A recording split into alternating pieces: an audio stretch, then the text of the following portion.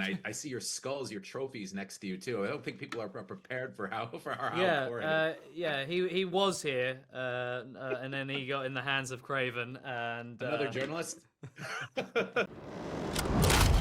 Where's Mr. Tagley? Oh, you're standing in him.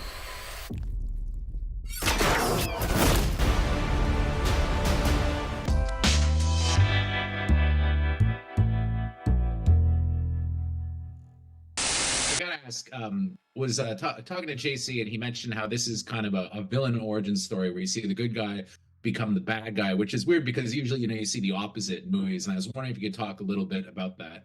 yeah, I mean, that's the really exciting thing about this character. I mean, at the core of this movie, it's a family saga. I mean, it's a father-son in turmoil. You really get to see. I mean, from the source material in the comic books, you've got this very, very relentless, dark, villainous character. And, Kraven's Last Hunt, that's the end of the journey. So, and you see him battling with some dark demons. So we really wanted to take that and work backwards and kind of go, where did this all kind of come from? Where did all this darkness come from? And, they're a real product, these two brothers of this toxic environment that they grow up in this Russian gangster family. And they want nothing to do with the business, the family business.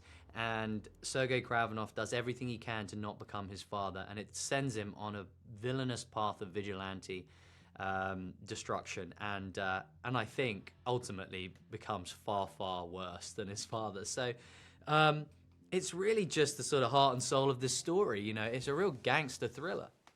Well, and I mean, I was impressed by how hardcore it was too for an R-rated movie. And I mean, and I see your skulls, your trophies next to you too. I don't think people are prepared for how hardcore it is. Yeah, he was here, and then he got in the hands of Kraven. Another journalist. Was that another journalist? A guy before me. Yeah.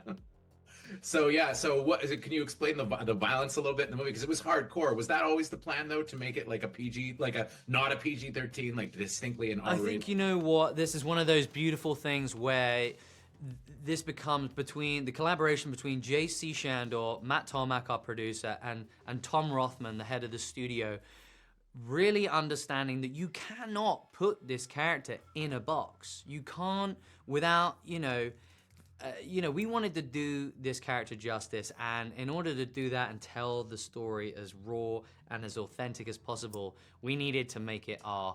And it came with a lot of discussions and a lot of testing and playing around, and it felt like we couldn't hide what needed to be shown in this. And he's an empathetic character, and he's charismatic and he's charming, and yet you see this other switch where he's absolutely relentlessly brutal, and you can't quite figure out why, but you're still rooting for this character because there's so much that we find out about him that really informs why he becomes who he becomes.